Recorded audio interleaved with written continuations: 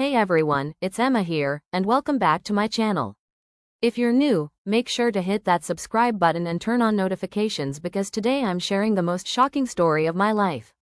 It's about family secrets, cruel lies, and how one DNA test changed everything I thought I knew about myself.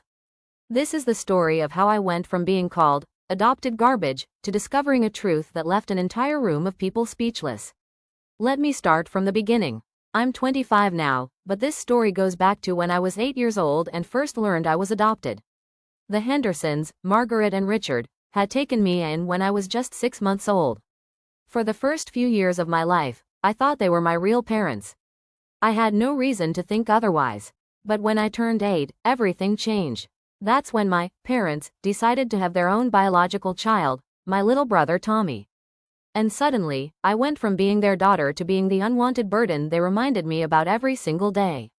"You should be grateful we even kept you," Margaret would say whenever I asked for anything, new clothes, help with homework, even just a hug. "We could have sent you back to foster care at any time."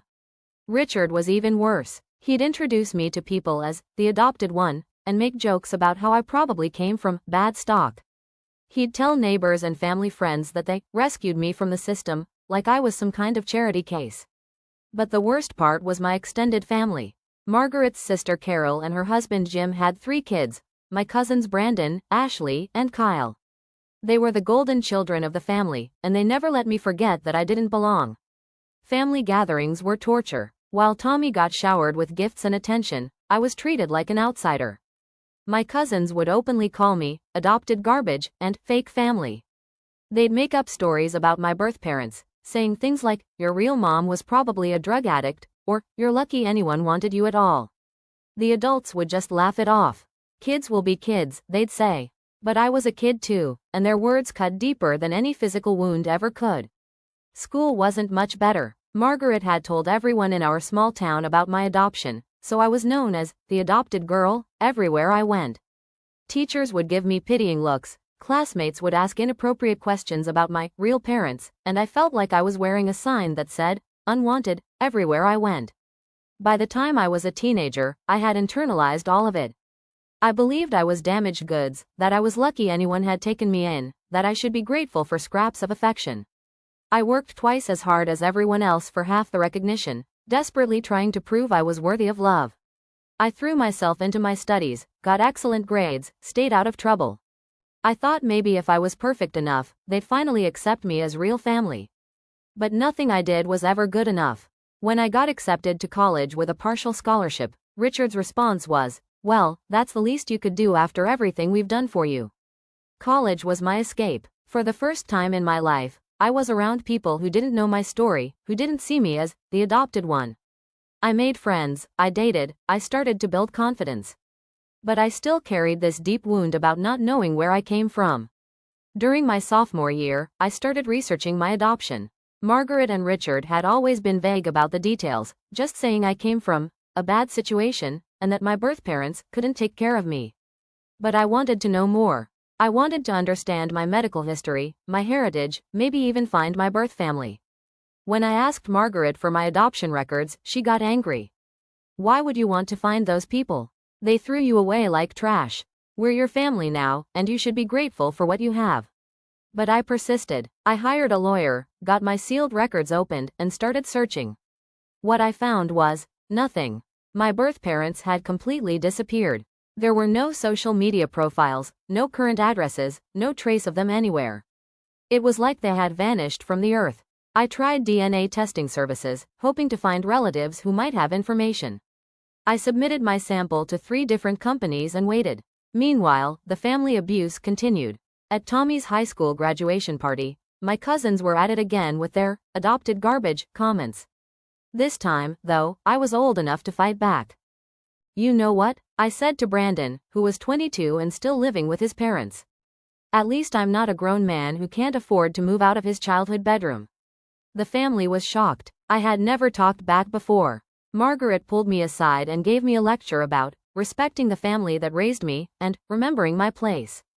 That night, I decided I was done. I was going to find my birth family and finally get answers about where I came from. 3 weeks later, I got an email that changed everything. It was from Ancestry DNA, and the subject line read, "You have new DNA matches." I opened it expecting to find some distant cousins or maybe a second cousin I could reach out to. Instead, I found a 99.9% match labeled, "Close family, parent, child." My biological father was not only alive, but he had also taken the same DNA test. His name was David Chen, and when I clicked on his profile, I saw something that made my blood run cold. He lived in the same town as me. He had always lived in the same town as me. He owned Chen's Electronics, the store I had walked past hundreds of times growing up. He was married to Linda Chen, and they had 2 children, my half-siblings. But here's the part that made my hands shake. David Chen was Margaret's younger brother. My adoptive mother was actually my biological aunt. The man I thought was my adoptive father, Richard, was not related to me at all. And the woman who had spent 19 years telling me I should be grateful they saved me from my terrible birth parents had been lying to me my entire life. I sat in my dorm room staring at that screen for hours. Everything I thought I knew about my life was a lie. My birth father wasn't some deadbeat who had abandoned me. He was a successful businessman who lived 20 minutes away from where I grew up. My birth mother wasn't a drug addict or a teenager who couldn't handle a baby. She was Linda Chen, a nurse at the local hospital who had 2 other children after me. The questions flooded my mind. Why had they given me up? Why had Margaret taken me in if she was going to treat me like garbage? Why had she lied about my parents being terrible people? Why had no one in the family ever told me the truth? I spent the next week researching everything I could about David and Linda Chen. They seemed like normal, successful people. They had been married for 26 years, owned a house in a nice neighborhood, and were active in the community. Their other children, my half-siblings, were accomplished students and athletes. I found their social media profiles and saw family photos going back years. Happy vacations, graduation ceremonies, birthday parties. They looked like the loving family I had always dreamed of having. And I wasn't in any of the pictures. The rage hit me like a tsunami. All those years of being told I was unwanted, that my birth parents were horrible people, that I should be grateful for scraps of love, it had all been lies. My biological father was Margaret's brother, and he was living a perfectly normal life just a few miles away while I was being emotionally abused by his sister. I decided I needed answers. I needed to confront both sides of my family and find out why they had all conspired to lie to me for 25 years. I needed to understand why I had been treated like garbage when my birth father was successful and my birth mother was a healthcare worker. I planned it carefully. I knew the extended family was gathering for Margaret's 55th birthday party the following month. It would be the perfect opportunity to reveal what I had discovered and demand answers from everyone who had been part of this elaborate deception. I spent weeks preparing. I printed out the DNA results, researched everything I could about David and Linda Chen, and practiced what I was going to say. I even reached out to David through the DNA website, but he hadn't responded to my messages. The night of the party, I drove to Margaret and Richard's house with a folder full of evidence and a heart full of rage. I was done being the grateful adopted daughter. I was done being called garbage by people who had been lying to me my entire life. It was time for the truth to come out. Walking into that party felt like walking into a lion's den. The same people who had spent years calling me adopted garbage were all there: Margaret and Richard, Carol and Jim, my cousins Brandon, Ashley, and Kyle, plus various other relatives and family friends. About 30 people total, all gathered to celebrate Margaret's birthday. Tommy was there too, now 22 and completely oblivious to the bomb I was about to drop. He was the only one who had ever treated me like real family, and I felt bad that he was going to get caught in the crossfire of this revelation. For the first hour, everything was normal. The usual small talk, the usual subtle digs at my expense. Brandon made a comment about how I was still single, and maybe I had abandonment issues from my adoption. Ashley laughed and said something about how I should be thankful Uncle Richard stuck around when my real dad didn't. I smiled and nodded, just like I had done for years. But inside, I was counting down the minutes until I could destroy their entire narrative. Margaret was opening presents when I finally stood up. "Actually, I have something for you too, Margaret," I said, pulling out my folder. "It's something I think the whole family will find very interesting." The room went quiet. Margaret looked puzzled. "Emma, you didn't need to get me anything. You know we don't expect." "Oh, but I think you'll want to see this," I interrupted, opening the folder. See, I've been doing some research into my adoption. You know, trying to find my birth parents like you always told me not to do. Richard shifted uncomfortably. Emma, we've talked about this. There's no point in dredging up the past. You're right, I said, pulling out the first document. There's no point in dredging up the past when the past has been living 20 minutes away for my entire life. I held up the DNA results. It turns out my biological father isn't some mysterious deadbeat who abandoned me. His name is David Chen, and he owns Chen's Electronics on Main Street. You know, the store we've driven past about 1,000 times in my life. The room went dead silent. Margaret's face went white. Carol dropped her drink. But here's the really interesting part, I continued, my voice getting stronger. David Chen is Margaret's younger brother. Which means Margaret isn't my adoptive mother, she's my biological aunt. And she's spent 25 years lying to me about who my parents are. The silence was deafening. You could hear a pin drop. Margaret started to speak, but I wasn't finished. For 25 years, you've told me I should be grateful that you saved me from my terrible birth parents. You've let everyone in this room call me adopted garbage and fake family. You've told me my birth parents were probably drug addicts who threw me away like trash. But my birth father is your brother, Margaret, a successful businessman who lives in the same town where I grew up. I pulled out printouts of the Chen family's social media profiles. My birth mother is Linda Chen, a nurse at Riverside Hospital. They've been married for 26 years and have 2 other children, my half-siblings. They look like a perfectly normal, loving family. Margaret finally found her voice. Emma, you don't understand. The situation was complicated. Complicated? I cut her off. What's complicated about lying to a child for 25 years? What's complicated about letting your entire family emotionally abuse me while you knew the truth about my parents? I turned to address the whole room. All of you have spent years making me feel like I was damaged goods, like I was lucky anyone wanted me. But you were all lying. You all knew that my birth father was Margaret's brother, and you let me believe I was unwanted trash. Carol spoke up, her voice shaking. Emma, we were just trying to protect you. Protect me? I laughed bitterly. From what? From having a relationship with my biological father? From knowing that my birth mother is a nurse who helps people for a living? From understanding that I wasn't thrown away like garbage? I pulled out my phone and showed them David Chen's contact information. I've been trying to reach my biological father through the DNA website, but he hasn't responded. I wonder why that is. Maybe someone told him not to contact me? Margaret's face crumpled. Emma, please, you have to understand. David was young, and Linda. The situation was complicated. We thought it was better. Better for who? I demanded. Better for you? Because it sure as hell wasn't better for me. Do you have any idea what it's like to grow up thinking you're unwanted? To be called adopted garbage by your own cousins while your birth father is living a successful life 20 minutes away? Tommy, who had been silent this whole time, finally spoke up. Wait, what? Emma, you're saying your real dad is Uncle David? That's when I realized something that made my blood boil even more. Tommy, did you know about this? He shook his head, looking genuinely confused.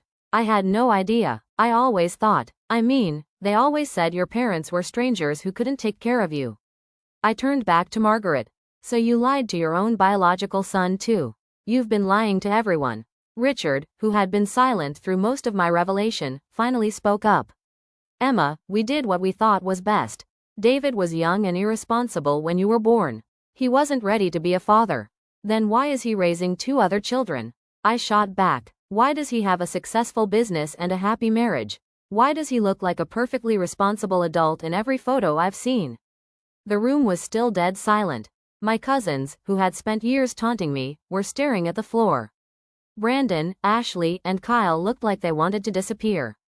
I addressed them directly. How does it feel to know that your adopted garbage cousin is actually your first cousin?